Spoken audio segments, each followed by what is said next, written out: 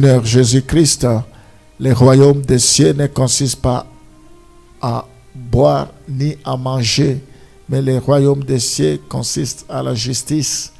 Le royaume des cieux consiste à la paix. Nous voulons les choses du royaume des cieux. Nous voulons, Seigneur, tu as dit, je m'en vais vous préparer une place et je viendrai vous chercher afin que vous soyez là où je serai. Nous avons besoin, Seigneur, de nous préparer. Nous sommes là pour un peu de temps parce que nous savons que nous sommes des pèlerins sur cette terre. Nous sommes des voyageurs sur cette terre. Nous sommes des ambassadeurs sur cette terre. Nous représentons notre pays qui est le royaume des cieux. N'est-ce pas, ta parole déclare, nous n'avons point de cité permanente ici sur la terre. Voilà pourquoi, Seigneur, nous voulons que toi, tu puisses nous donner des orientations, que tu puisses nous donner des directives. Nous voulons que tu puisses nous encourager, que tu puisses nous relever, que tu puisses nous affermir par rapport à ta parole. Nous voulons que tu puisses nous donner le pain quotidien, ta nourriture, qui est comme du miel, qui est comme du lait pour nous, Seigneur, qui nous permet de grandir, qui nous permet d'affermir nos os. Fais-nous grâce éternelle. Nous voulons que tu puisses nous accorder tes bontés. Étends ta main. Bénis la journée d'aujourd'hui. Prépare nos cœurs. Seigneur, nous nous attendons à toi. Nous ne voulons pas faire des choses par habitude, mais nous voulons les faire par révélation. Nous voulons, Seigneur, nous abandonner entre tes mains. Viens à notre secours. Parle-nous, Seigneur. Je prie pour que tu commences par me parler et parler à tous ceux qui m'écoutent ce matin. Tu as un plan merveilleux pour chacun d'entre eux, Seigneur. Tous ceux qui prêteront oreille à ces paroles soient visités, soient touchés, quel que soit le lieu, quel que soit le moment qu'il suivra, quel que soit le temps qu'il consacrera à t'écouter. Visite-les, touche-les, Seigneur, répands l'onction. Je crois que tu es un Dieu qui agit de loin tout comme de près. Ta parole est puissante. Ta parole, c'est comme un marteau qui brise les rocs. Ta parole, c'est comme une épée à double tranchant. Ô Père, maintenant, dans le nom de Jésus, nous t'avons ainsi prié. Amen. Oui, nous allons évoluer. On va voir la nature du péché et les actes de péché. Il y a une différence entre la nature du péché et les actes de péché. Il faut toujours faire la différence entre le péché au singulier et le péché au pluriel. Nous allons lire 1 Jean chapitre 3, le verset 5. Or, vous le savez, Jésus apparu pour ôter le péché et il n'y a point à lui de péché. Donc, nous voyons ici le péché avec S et le péché sans S. Donc, il y a vraiment une différence entre le péché sans S et le péché avec S au pluriel, c'est-à-dire entre la nature du péché. Nous voyons que, or, vous le savez, Jésus apparu pour ôter le péché. Il est venu pour ôter le péché et il n'y a point en lui le péché. Donc, nous devons savoir que nous n'avons pas droit à demeurer dans le péché.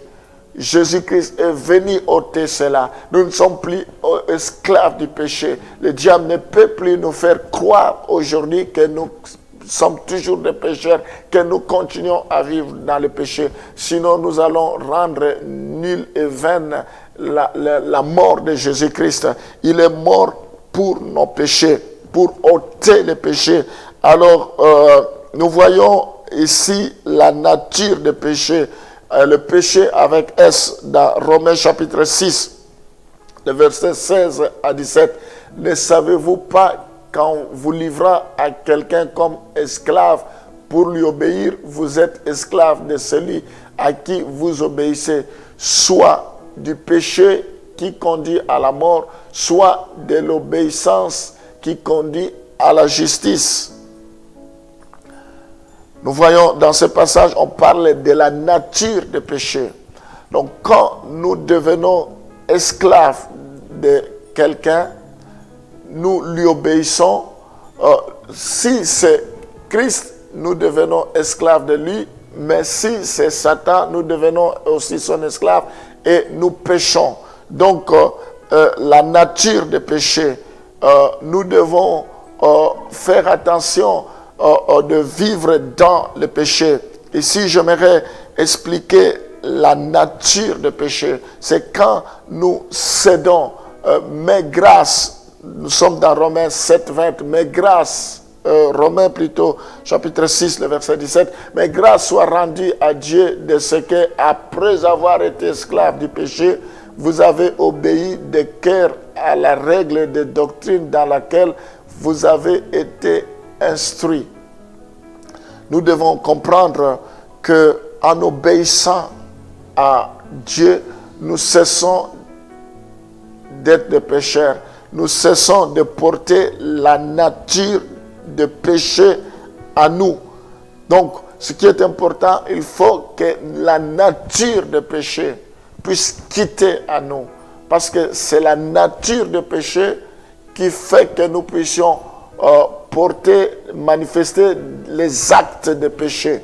Donc, si la nature est résolue, nous n'allons plus porter les actes de péché.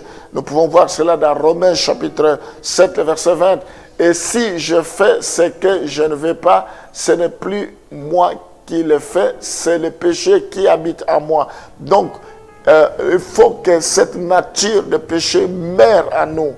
Comme Christ est mort, il est ressuscité, nous devons mourir à ce qui concerne le péché, nous devons, ce qui concerne la colère, la haine, l'envie, nous devons mourir et ressusciter en lui, avec lui en nouveauté de vie. La Bible dit, si quelqu'un est en Christ, il est devenu une nouvelle créature, une nouvelle création. Les choses anciennes sont passées, voici toutes choses sont devenues nouvelles. La Bible ajoute en disant, si je vis, ce n'est plus moi qui vis, c'est Christ qui vit en moi. On peut lire également Hébreux chapitre 3, le verset 13. Après, on va revenir sur Psaume 51, le verset 7.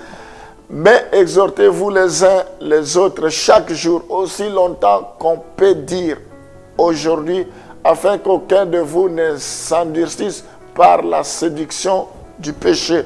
Nous avons intérêt de nous exhorter, de nous encourager mutuellement, comme nous le faisons tous les jours. Nous nous exhortons, nous nous encourageons pour que nous puissions pas laisser la séduction prendre le dessus sur nous, pour que nous ayons le pouvoir sur le péché.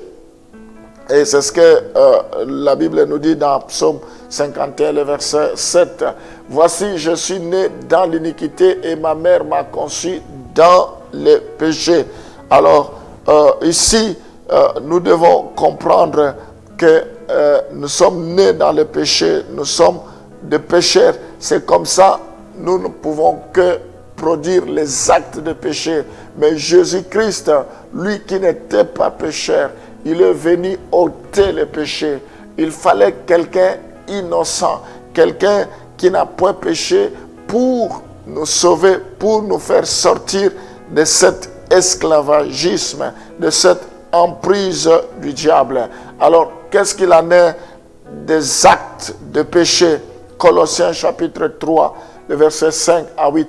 La Bible dit, faites donc mourir les membres qui sont sur la terre, l'impudicité, l'impureté, les passions, le mauvais désir et la cupidité plutôt, qui est une idolâtrie.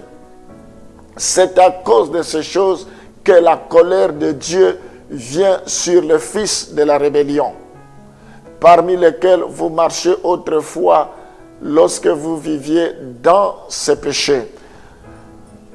Mais maintenant, renoncez à toutes ces choses, à la colère, à l'animosité, à la méchanceté, à la calomnie, aux paroles déshonnêtes qui pourraient sortir de votre bouche. Nous voyons dans ce passage, la Bible nous exhorte à faire mourir les actes de péché, notamment la colère, la haine, l'envie, l'animosité, l'hypocrisie, le mensonge, l'adultère, toutes ces choses, l'idolâtrie, le maraboutage, le fétichisme, toutes ces choses, nous devons le faire mourir. Ça fait partie des actes de péché.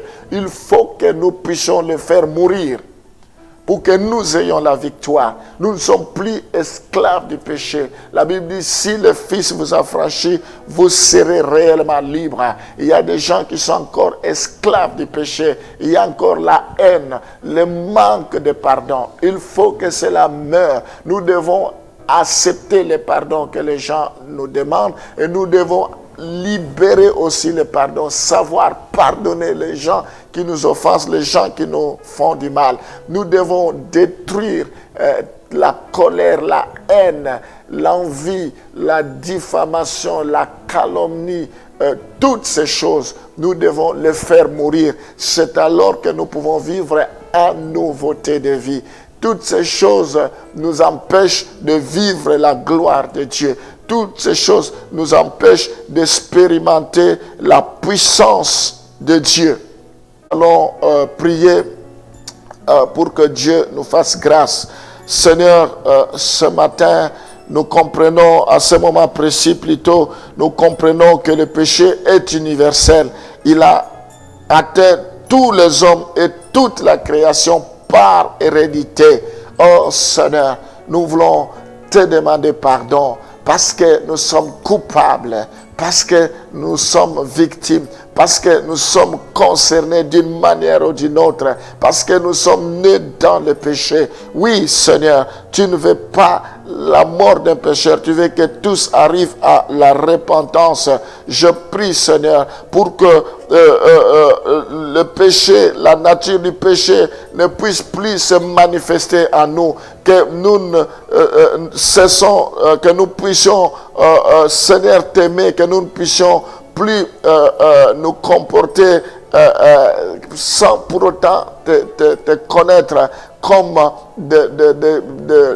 des ignorants. Je prie, Seigneur, pour que nous ne puissions pas céder à la convoitise des yeux, à la convoitise de la chair, à l'orgueil de vie. Que nous ne puissions pas céder aux tentations de la vie quotidienne. Je prie pour que nous ne puissions pas te refuser de pouvoir t'accepter, Seigneur. Fais-nous grâce. Oui, la Bible dit, mon peuple périt faute de connaissance. Des fois, nous faisons des choses sans connaissance. Nous faisons des choses sans faire attention. Je prie pour que le voile soit ôté, que le voile soit déchiré. Le voile a été déchiré d'en haut jusqu'en bas. Je prie, Seigneur, pour que tu nous donnes la force de résister à la tentation, que le plan de l'ennemi, ses ruines soient démasquées. Préserve-nous, Seigneur. Oh, nous n'avons pas été appelés à vivre dans le péché. Oui, Seigneur, la Bible dit, si le Fils vous a franchi, vous serez réellement libre. Libère-nous, Seigneur, de l'esclavagisme. Nous ne voulons pas être sous l'emprise du péché, sous la servitude du diable. Fais-nous grâce dans le nom de Jésus. Je prie pour que tu puisses libérer tes enfants. Je prie pour que nous puissions nous révolter par rapport au péché, que nous puissions dire non au péché, que nous ne puissions pas céder au péché. Fais-nous grâce, sois béni au nom de Jésus. Amen.